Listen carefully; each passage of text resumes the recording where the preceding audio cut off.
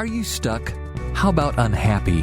Join Alena Chapman, author, mentor, and life coach for Magical Moments with Alena as she challenges you to get out of the doldrum and start living your life to the fullest. In just 60 minutes, Alena will help you take control of your life and push you to do the things you never thought you'd do. So get ready to take back your power and celebrate life with Magical Moments featuring Alena Chapman. Welcome to Magical Moments. I'm your host, Alena Chapman, and you know it is all about that ease and that betterment in your life. So, with all of that, I have a magical nugget for you. Guys, when you want to pull together that feeling like, I got this in life, and you want to feel like you're in control of your life, and you want to feel peace, and you want to feel like you are starting to understand your own dreams and your desires and where you want to be. Where does that all come from? Well, that comes from one aspect is starting to get quiet in meditation. And meditation is a funny thing. I mean, okay, if you had asked me even 20 years ago, no, 30 years ago, but we don't need to go back that far. So when I first started to meditate, I couldn't do it. I could not do it. And my mind works too darn fast. It's not like it's a critical mind. I'm not criticizing. I'm coming up with ideas galore. You give me a minute to be quiet, oh my God, I'll come up with a whole list of things that you can create. And that's how my mind works. So you sit me down in a room of people all just sitting there doing stuff, and my mind's clicking. And so how do you shut that off? And I had to learn my style. And I didn't just suddenly say, okay, I'm going to do transcendental meditation. You know, remember, it's the strategic baby steps. So find what works for you to begin. Maybe it's a walk in nature and just listening to the symphony of nature. Guess what? That's a meditation. Maybe it's redoing furniture. Yes, folks, that is a meditation. Maybe it's writing poetry. You are meditating.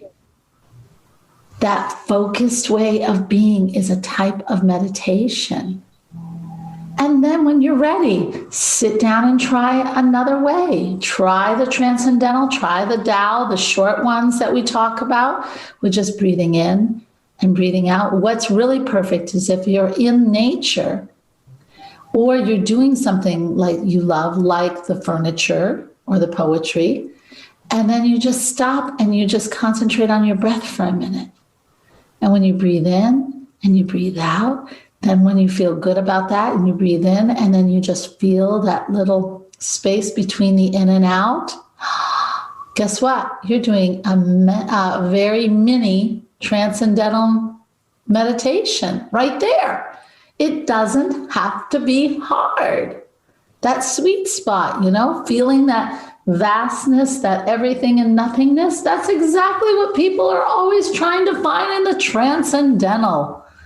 You can do it too. There is no reason why we have to feel that meditation is so hard. And with all the benefits it gives us, especially in this time, all that centeredness, all those feelings of, I can do it. I can start my own business. I can find that job I want. I can help my kids. I can get my feet back on the ground here. That all comes from meditation. So find yourself a good time to meditate and try it. Just walk in the woods. You'll be doing yourself such a wonderful thing, and that ease and flow will come back into your life. Now, I have a person I am interviewing today that is just bright as sunshine. You're going to love her. Her name is Allie Bishop, and she helps women release self-sabotage patterns. We don't have any of those, do we? Liberate their inner child and master their mindset through subconscious reprogramming. Big words. She helps you to think differently. Okay. She's an international best-selling author, 2020, of the book, She is Magic, always. I really like that title. She's a certified hatha yoga and breathwork instructor. And you're going to enjoy her so much. Allie, hello, welcome to Hi. Magical Moments. Hello, I'm so happy to be here. Oh, I'm just very happy to have you. I think, it's funny. You are just so filled with sunshine. I have to say, before you did your own personal growth, were you still as sunshiny as you are now?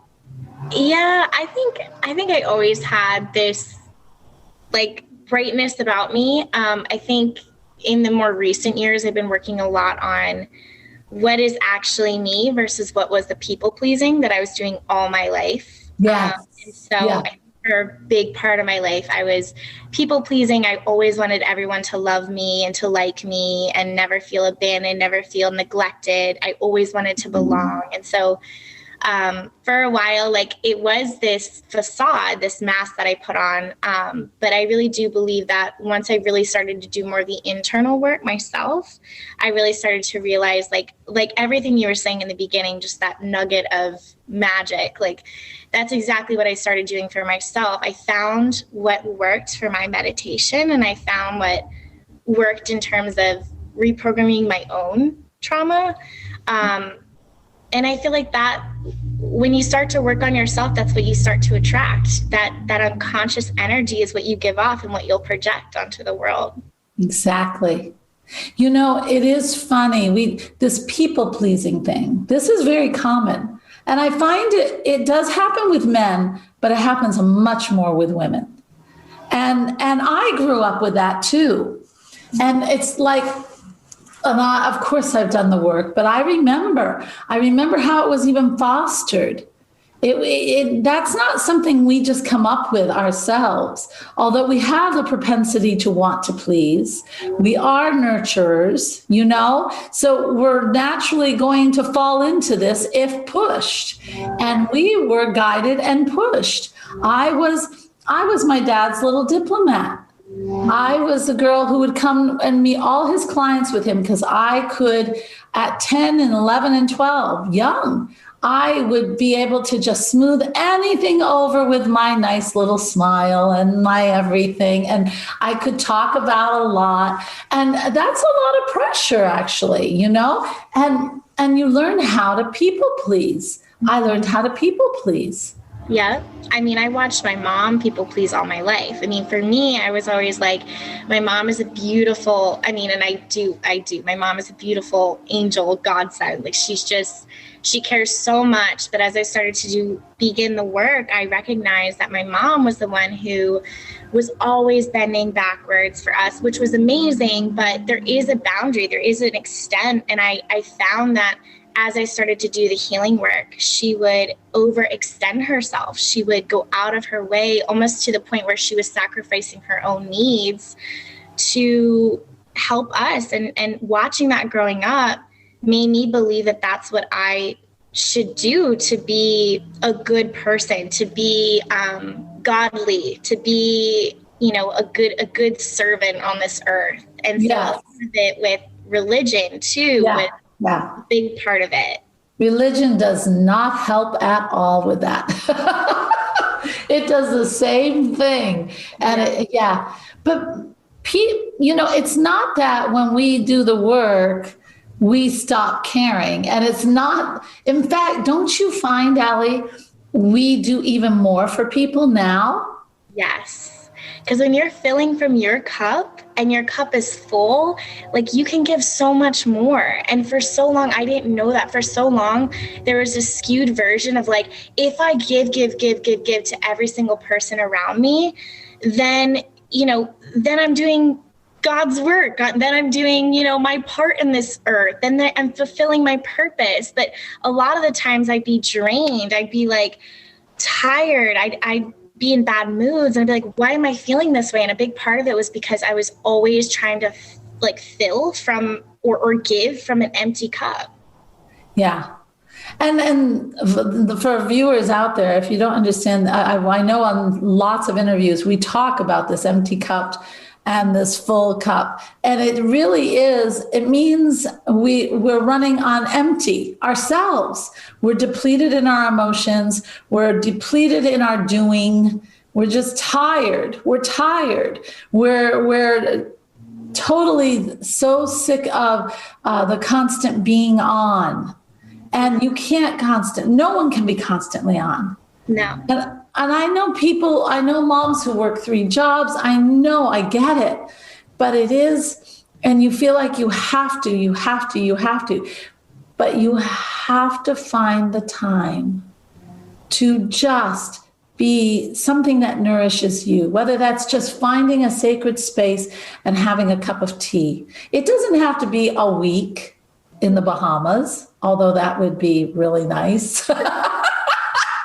I wouldn't turn that down if I didn't have to. But it can be just having that little sacred space where you read a novel. Oh my gosh, read a novel. Oh, wow. I mean, I love doing that. Or just having that cup of tea, or listening to a couple YouTube videos, or just being quiet and meditating, or taking an exercise class or a pottery class. Things that you love just for you to get that nourishment back in you. Yeah? Absolutely. Would you add anything to that wonderful idea of what filling your cup is? Yeah. I don't think all people understand it totally, really. Yeah. And you're right. Sometimes it's so funny. Sometimes I feel like as you do the work, you start to forget that the people sometimes aren't there yet. So you're not in the lingo.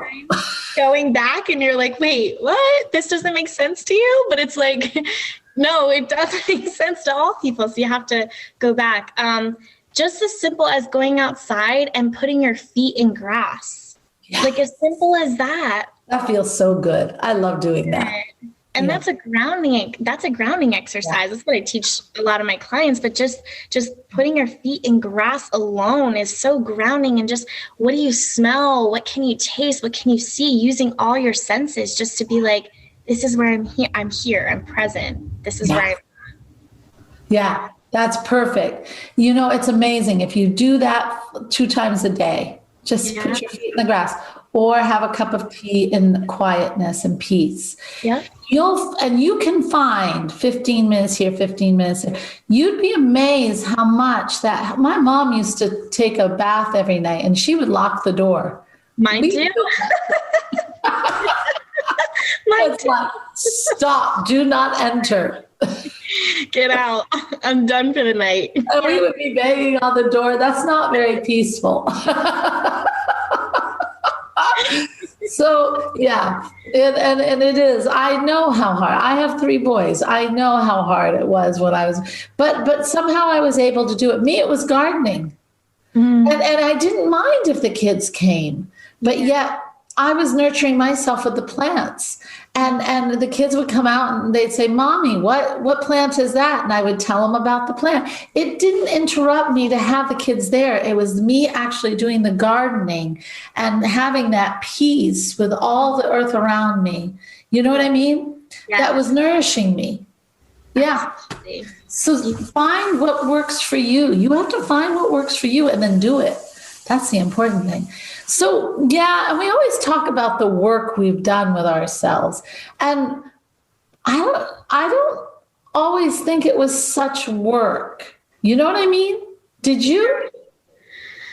I mean, there's definitely been times where I see what you're saying, because you're right. It's like when you start to tap more back to your truest self, to who you are, and releasing all this idea of people pleasing and trying to be your best all the time and trying to be like everybody else and comparing and not setting boundaries for yourself. Like when you finally give that to yourself, it's so freeing. It doesn't feel like work. It feels like, why didn't I do this sooner? Exactly. But I guess there are times, there definitely are times where in the healing process, so many people think like, oh, healing's all rainbows and butterflies and I'm supposed to be perfect. And I have a lot of clients who come to me and they're like, I'm still feeling like crap. I'm still feeling sad. I'm still feeling angry. And I'm like, rightfully so. You've been angry for 20 some years. Like, that's what you conditioned your mind to believe. That's your emotional state. So if you're in that state, like, yes, it's hard, but as you begin to unlearn that emotional state that you've been in for 20, 30, 40 years, like, you really start to free yourself of all the weight that you feel like you carry from trying to please everybody else all the time. People don't seem to realize they do. They want the magic pill, and we are a magic pill fast food society. Everything's now. Oh my gosh, you mean I have to stay in this line? Oh gosh. So, but the thing is, when you are, we have to understand it's not only our mind that has the memory. It's every muscle, every organ, every bit of us in our whole self. And if you study Dr. Emoto with the water, when you are always constantly in that state of fight or flight, that creates a certain environment for every cell, every muscle, every chemical in your body. And if you are in anger, that's like polluting every cell and every It is. The water is all gooky and polluted and Swiss cheesy. It's gross and yucky looking. And that's what you're putting your body into. And it holds it. Your muscles hold it. When I first started getting back into the magic of my life, I had to learn how to release the lower abdomen again. Because I was always holding it tight. That was tension. So at every stoplight, I drive a lot with kids. So I would just go release. And I did be still my heart. And I would let my whole body just release to get back to that status quo. Wow. Every time, to learn what it's like, because we don't know. We have no idea we're carrying that. We literally, we question why we feel the way we feel, but we don't recognize you're holding so much tension, even in your chest, even the way you're breathing. Everywhere. Yeah. Everywhere. The way you hold your shoulders. Those aches in the shoulders you have, the knee problems you have, the whatever. Yeah. The jaw, what is it? TMJ, all that. That's all tension. Yeah. And that's all memory of the anger, the hurt, the betrayal, the people pleasing, the depletion. Everything. It's right there. Isn't it fascinating? It's incredible. It is so amazing because, again, like we said before, you don't recognize you're doing it. You've been doing it all your life. It's been something that has happened for so long. You don't even recognize you're holding on to all this tension in your life because it's what you're conditioned to knowing. It's what you're conditioned to feeling. It just is. And you don't know any other way. And then when someone tells you just pause or be still or just release, they're like, huh? And then they're like, oh, yeah. Oh, wow, that felt really good. But a lot of times people come to you and they're like, I don't even know how to, I apologize. Wait, yeah. Give it just a minute so she can edit. Kayla, we're going to have to just edit. She had a person doing weed whacking, so give it a chance. Let's talk a little bit about this work, to getting people to see some of the patterns that we've had in our past, how they're linked, our childhood, for instance. Like what I'm trying to say is there are several ways that we can change our subconscious mind. Mm-hmm.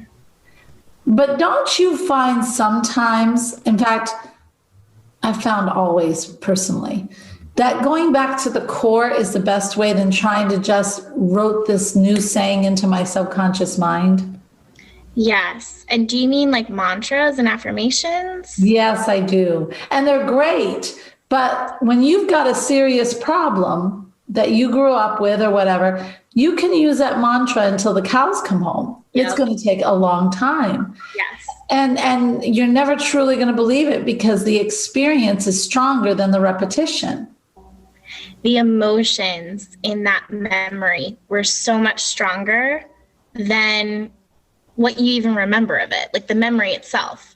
And so when you say like going back to the core itself, yes, you have to be willing to get back into the pain, which most people aren't willing to do. Most people want to avoid and pretend never happened.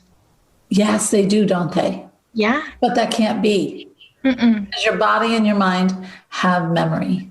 Yes. Yes. And that emotion, again, it's like, what is the emotional state that you're living in? If you've lived in guilt for 20 some years, it doesn't matter if you say, I am strong, I am beautiful, I am secure, right? Like right. You can say that all you want, but really like consciously you're saying that, but unconsciously, what are you saying? This isn't working. I'm not that beautiful. Like I'm afraid to be beautiful because if I am, then people are going to judge me. Like that's what you're conscious is saying, because all your life you felt guilty to even like step in your light. You felt like, dimming your light for others. Again, it ties back all to people pleasing. It's like, I don't want to be this person that I know I can be, because what if I step on people's toes, and what if they don't love me anymore? And what if they judge me for that? That's so heavy. Yeah. That is so much heaviness to carry on yourself. Yeah. I once had someone tell me, you should dye your hair mousy brown and you really shouldn't laugh so heartily. I had someone actually tell me that. And I said, what? And she said, no, I can feel your presence when you walk up the stairs. And I said, okay. She said, that's really way too much. I said, oh. I'm sorry. I thought to myself, you really have a problem. Not me, I'm fine. No. You are letting outside circumstances affect you. Yeah. And it was getting her all upset on how bright I was. Isn't that interesting? It is so interesting, because when you start to shine brighter, the darkness attracts light. Like darkness is attached to that. It loves that. That's why, like, when you start people start creeping in, lurking in, old friends, old toxic boyfriends, ex-boyfriends, all these things, they start creeping in because you're doing great. And they just want to. They always say that the light attracts light, and it does, but it does attract darkness constantly. I've had it all my life. They just come right in because they want that light. Yeah. And they call them the energy vampires. Actually, I think they are different. Energy vampires just want anybody. That's true. They want to feed on anybody. Yeah, but it's the I don't know, it's the control freaks who can't control their own life. It's the people who feel like they are they're feeling sorry for themselves, or they're depressed. They want that light you have. Problem is, folks, you can't fix them. Because they want it by osmosis. They don't want to work for it. They just want to have it naturally, osmosis, go right to them. Yeah. And I've always found that if you can't, they don't want to learn. You can't do osmosis. I mean, I haven't learned that trick. So they get angry. They actually get angry with you. Mm-hmm. And then they want to squash the light because they can't have it. Have you found that? Oh. When you said that, I was like, whoa, you're hitting a chord with me. I had three of my best friends from high school this past year completely try to squash my light. And I thought they were my best friends. They wanted nothing to do with it. And actually, what's crazy is like I felt it all along. I knew there was this negative vibe, tension. Like trust your gut. Like, trust your intuition no matter what. When you feel like something's off, something is off. And that's exactly what I felt with them. And I look back on it too. And I wish I would have, even when you do the work, you still mess up. So I feel like that's important to know too. Like, no matter what, like, as you're doing the work, you can also mess up. It's never going to be perfect. You're never going to be perfect. And what I did was I just cut them off. I didn't really explain myself. It was a couple months of just this tension, and I just cut them off like cold. And they were very offended by that. They reached out to me. It was just this whole thing. And I realized after a month of kind of reflecting on it and feeling like this guilt that I was carrying of I probably should have explained why, which again could be people pleasing, right? Like, yes. Tendency. Yes. But I, as a way to just seal the deal, I was like, you know what, I really, there's no animosity. There's no hate. Truly. Like, I want nothing but good things for you. It's just, it's not working for us anymore. That's fair to say. I've said that millions of times to people who are toxic to me or want to smush my light or whatever. Yeah. You are listening to Magical Moments, and we have Allie Bishop, and I'm telling you, she has so much wisdom and is so, you're just going to come back and you're going to learn so much more about we're going to get serious about this inner child and the experiences we had as young and how they are shaping us totally in our later life. So we'll be right back. You're listening to Magical Moments with Alena Chapman, helping you find your inner purpose. Learn more online at soulmanifesto.com. You are listening to Magical Moments. We've been talking about this, the shining your light and these incredible people who want to smush it or suck it up and don't want to work for it and just want to take it from you. And it takes strength. And this light that you form with inside yourself, this light that you then just send out to the world, gets brighter and brighter when you do the work. We all want to be there. We all want to be there. We don't say it, but we think it. How come she's so free? How come she's so happy?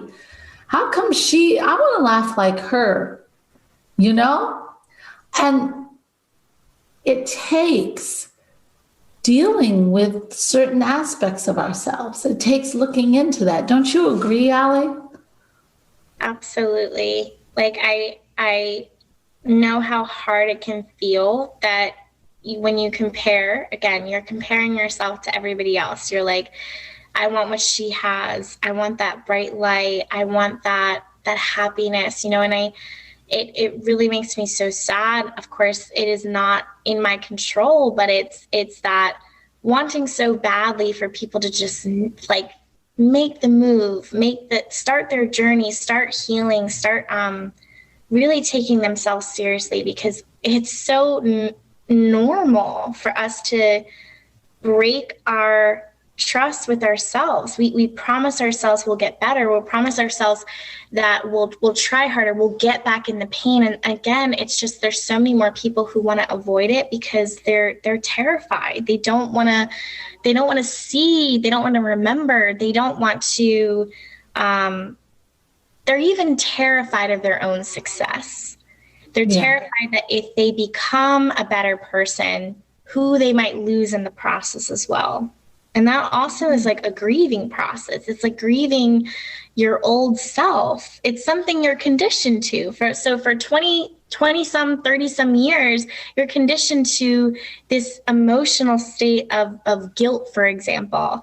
And when you start to let that go, it's like you're grieving this part of you that like no longer rationalize why you have all these limitations and problems. It's like, I'm just stuck now. And it's like, there's nothing to rationalize for it because you're starting to move out of that guilt. And so there is this whole chaos mode inside of your body that's just like, oh my God, no, we're changing too fast. We're doing too much too soon. But it's grounding, it's remembering to stay present. It's recognizing that when you are in this state of worry, fear, anxiety, unhappiness, emptiness. It's that you're living in past experiences or you're living in future experiences. You're not present. Right. So when I tell my clients that, I'm like, just stop, just pause. Not stop and tell yourself, don't do that. Because of course, your mind's going to want to do what you say opposite. You don't want to do, right. But just pause. And like you said so beautifully earlier, it's like, just pause and ask yourself, where am I? Like, where am I in my mind right now? Am I in a past experience with an ex who told me he didn't love me? Like, am I in the future where I think that like my whole life is going to be in shambles and I'm never going to have money or whatever, right? Ask yourself, where am I? And once you know where you are, when you can get present and just say, okay, I'm going to look around the room and look for all the green things. And you can start looking for just simply like the green things in the room. You get present again, or you go out, put your feet in grass, you go take a bath, you read a book, you watch a TV show that you love that's not super, like we were talking about earlier, you get present again. Yeah. And it's in the present that you can start the change. Yes. And it's not so hard to change. Yeah. We identify with our past. We identify with the future. We identify, and I mean, even bigger, we identify as bodies. Yeah. We identify as ourselves. I identify as Allie Bishop, but it's like, I'm so much bigger than that. I'm just soul inside a meat suit body, you know? And it's like, it's so much bigger than just looking at all the problems here on earth. It's way bigger than that. Go look up at the stars and or the ocean and how much we haven't discovered yet. You know, it's so much bigger than that. Everything is so much bigger than we see it. It's just allowing ourselves to feel it. When we come into the present, I think, well, number one, that's the only place that any sort of divinity can touch you. It's in the present. It's the only place that you can change anything. It's the only place that you can show love. It's the only place that you can make moves to better anything in your life. That's where you need to be. And if it's stepping out in the grass, if it's doing, I really find that that's some of the best stuff in the world. When I get upset, I get in the car and I drive. It's present. And also I'm in motion. I like motion. You know, when it's like I could run. That's a concept. But I can't think and run. And I need to think too. So I need the car. Yeah. I just did a wonderful justification there.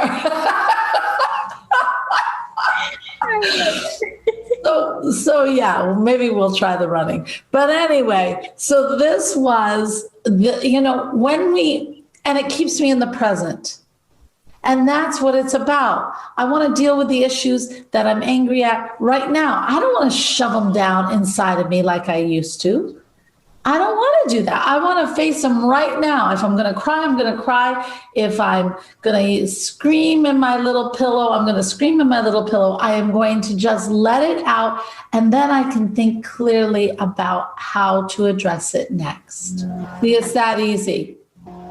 And so when you do the inner child work, how do we start to deal with that child who always felt guilty or was made to feel guilty? Because usually feeling guilty comes from being made to feel guilty. Or that little girl who felt very unloved, or the betrayal. We have so many kids that have that betrayal, narcissism, psychopath, all that stuff comes from betrayal when you were young.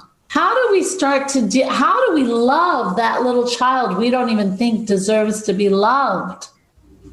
Well, I just got goosebumps. So like we're talking on something like so, but it's taking that self, that younger self, and first just acknowledging it.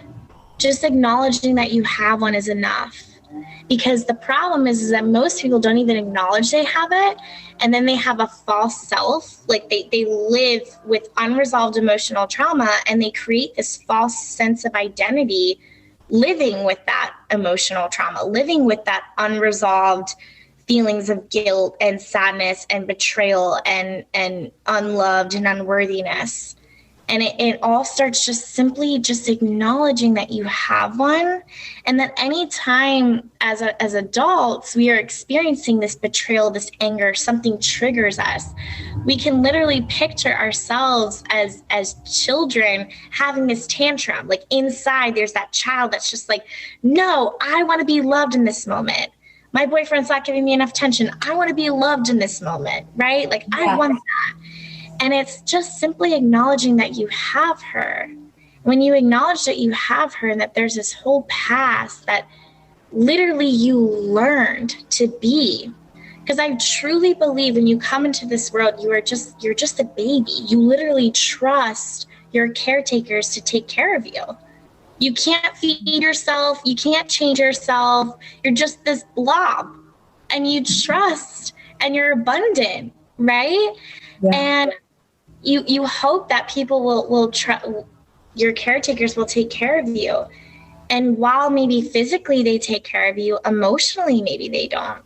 Yeah. And that's where we start to learn that we're unworthy. That's where we start to learn if we can trust our parents or not.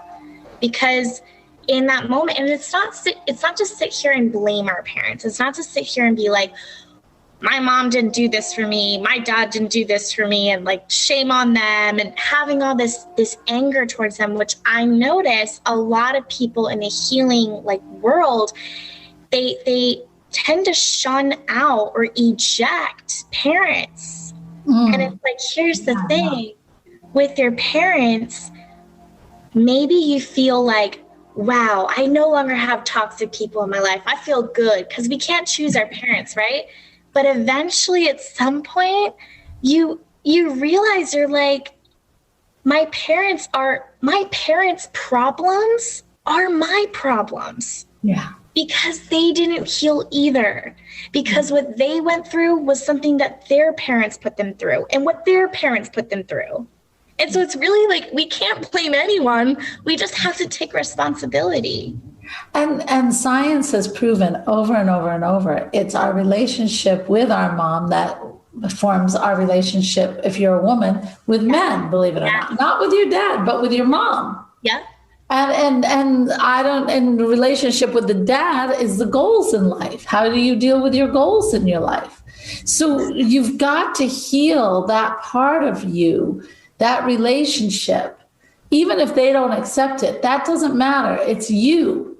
And you've got to, because otherwise you carry that in if you feel betrayed, then you're not going to see clearly in any relationship. You can't, because everything that person does, if that person questions the relationship in any sort of way, you see it as a betrayal. And so that person has to be like quiet. And nobody's quiet. That's not the way the relationship works. No. If they want a little bit of freedom, that's betrayal. They want to go for a walk without you. That's betrayal. You take whatever it is that little child inside of you had as hurt, betrayal, whatever, and it comes in and sabotages every part of your life if you don't learn how to deal with it. And all it wants is love. Mm-hmm. It just wants to be simply, the basic need is just acknowledged. Acknowledge that she's inside and that she's hurting, or he's inside and he's hurting. And it's taking that and just getting curious. Like, if we can look at our life without identifying with all these problems and being like, playing again victim, where that could be easy for us, where we're like, my parents didn't love me, my parents left me, and I'm not invalidating that. That is so real, and that hurts. That absolutely hurts. But it's looking at it instead of identifying it with this is what I deserve. It's saying, this is data, this is information, and I can simply look at it with just that perspective and decide what I want to do with it. I can take an old memory, a memory of feeling guilty, a memory of feeling betrayal, and I can go back into that memory and literally offer myself a boundary or offer myself a more healed experience. I can set myself, I can stand up for myself, or I can imagine that my parents were their most healed versions and that they offered me the healing and the comfort that they needed, that I needed at the time that I felt betrayed. Mm-hmm. See, I think it is funny. I've done inner child work even myself. That's how I healed so many past things. It also softens some of the things that were getting to be a little too dominant in my character, Yeah. For me, it was independence. I'm a very independent person. Mm-hmm. Now, that sounds wonderful because people always say, I want to be independent and strong. Yes, it is good, but too much of a good thing is never good, folks. And for me, that independence was getting in the way of relationships. It was getting in the way of many things like that. So I went back and I saw my 3-year-old self. I even saw myself with all the little doggies, all the little puppies around me saying, okay, I guess we're on our own, guys. And there you go. We're off on an independent road. And that's what we did our whole lives. But in order when I saw that, all I had to tell that little girl was, no, you don't have to be on your own. I'm here. Mm-hmm. And we're going to do this right. We're going to do this okay. And that was a great learning experience. And you're so darn strong, mm-hmm. but you don't have to carry it alone. And that changed everything. It's that simple, folks. It really is. And all of a sudden I thought, okay, I can soften it now. Mm-hmm. I can keep the independence, but it's not going to be like large, Do you see how it changes?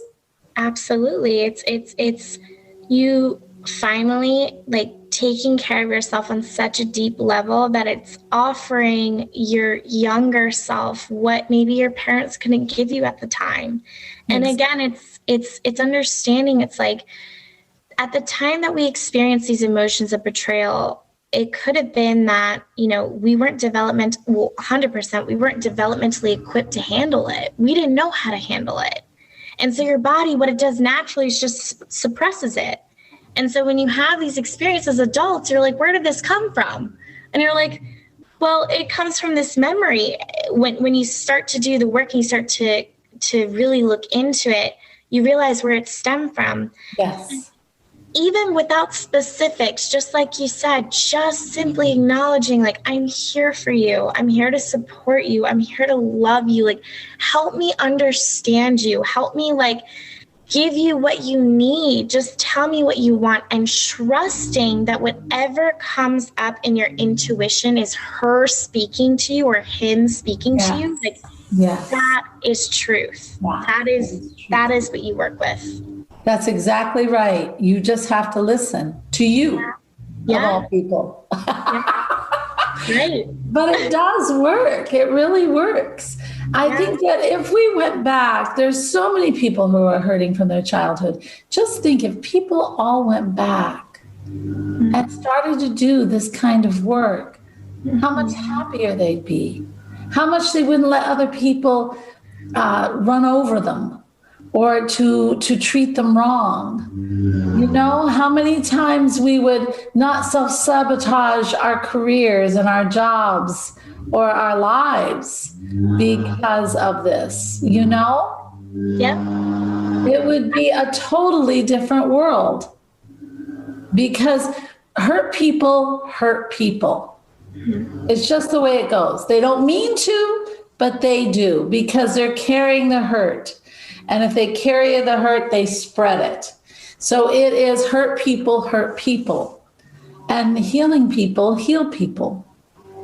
Imagine if all of us all together collectively decided that we no longer wanted to hurt and we just looked at our pain with as observation, as data, and we just decided that we were going to love ourselves no matter what.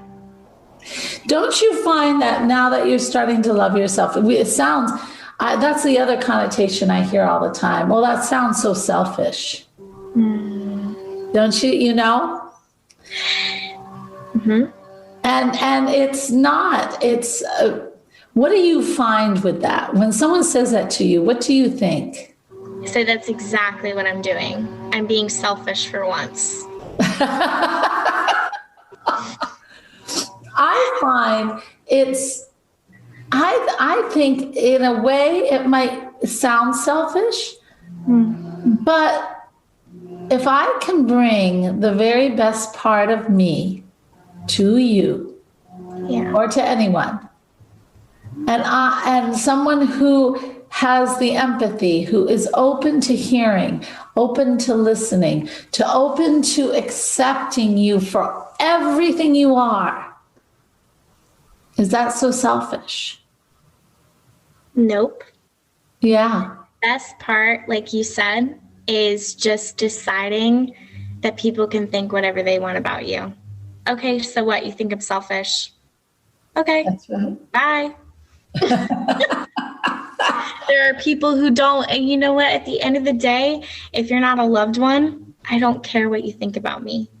And it's kind of like that moment where you really decide, you really free yourself of like, I no longer have to people please. It's not required of me. I don't have to suffer and try to explain myself to everybody. And I don't have to be Miss Popular. Yes. It really doesn't matter. Yeah. It doesn't matter. Like it doesn't have to look any certain way. It doesn't have to be any certain way. It just gets to be your way.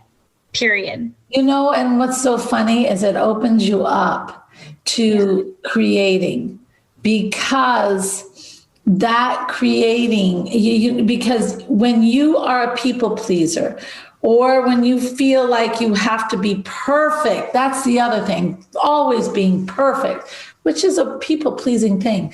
You stifle your own creation because it's not good enough, or it's going to hurt somebody else, or I'm going to be better than them, or I'm not going to fit in anymore, or I'm not. Do you hear all the stuff we put in our head? And so if we do this work and we really learn to accept and love the person that we are, and we don't care what other people think anymore, all of a sudden, we start to open up into this incredible creativity. We start to open up to this daring to step forward into whatever. Write that book. Take a pottery class if you're not good at pottery, like I'm not. But boy, it was fun to play in the mud. It was just doing these things and getting yourself out, not caring. And that's what opens up. It's that just daring to be you in everything. You know what I mean? Yes. And you'll find yourself doing things you never thought you'd do. I've just recently started redoing furniture as my hobby. Love that. I love it. I'm going to stop this for a minute. So, Allie, how can people find out more about you? Yes. So I am on Instagram. I am on TikTok. TikTok is my more, what's the word? Videos that are a little like triggering for some people, just because a lot of it is like normal experiences that people think like, oh, I'm healed, but they do it and they recognize, oh my God, there's a lot of like crap I need to work through. And I do it for a reason, because it's just showing, like, hey, like I've been there too. And I know what it feels like to work on yourself, but still feel like you have these tendencies that are still hurting others or even hurting yourself. So I have Instagram, I have TikTok. You can follow me there. TikTok, I would say, is where I'm more active recently. And that's just because I love creating those videos. I think a lot of people love them too. And you can schedule to apply for a breakthrough session. I do free breakthrough sessions in both of my bios on Instagram and on TikTok. And it's really just diving deeper into understanding where this inner... Okay. So yeah, you can follow me on TikTok. You can follow me on Instagram. I have the links in my bio to apply for a breakthrough session. I do 30-minute breakthrough sessions, just to really decide where and understand where that wounded inner child stems from and how we can start to uncover that and unlearn those tendencies that we learned, that we conditioned all of our life. Awesome. So people will look at TikTok and other things for you. That's good. Yeah. And guys, I'll tell you, it serves you so well to start to do some work on yourself. And you know what? We are always evolving. And there is always something new to learn. And there is always something new to grow. I don't think anyone, even the guru on the hill, is not has some kind of challenge they're trying to overcome. It's just, that's what the human experience is all about. So the mountain never ends, but guess what? Life keeps getting better and better and better. For all of you out there, check out soulmanifesto.com. That is a wonderful community of wonderful and beautiful souls. And just take a look, because I'll tell you what, our website is changing constantly. Check out The Inevitable You, because guys, it is all about you. And this is a very non-invasive way for you to begin the journey of working a little on yourself, conquering that fear, and starting to find some peace in your life so that you can start to design your life instead of letting your life happen to you. What a concept, huh? And that is on sale at Soul Manifesto. And also, we've also got some jewelry on there. Incredible. This jewelry I just love, and I had to have it on my website. So take a look if you're interested. Little jewelry, it always makes the day special. So as always, guys, spirit is love. And when we feel our best and can present our best, when we feel good and we have no, these messed up thoughts that hurt other people, when we can just open our heart to total love, then we are living with spirit. That's simple. I want to wish you namaste to everyone out there. I hope you enjoyed this segment of Magical Moments. And I will see you next week. Namaste, my friends. Namaste. This has been Magical Moments with Alena, featuring Alena Chapman. If you missed an episode, download it now on iTunes, Spotify, TuneIn, CastBox, Deezer, Stitcher, Google Podcasts, or your favorite podcast platform. Learn more online at soulmanifesto.com. Podcasts by Federated Media.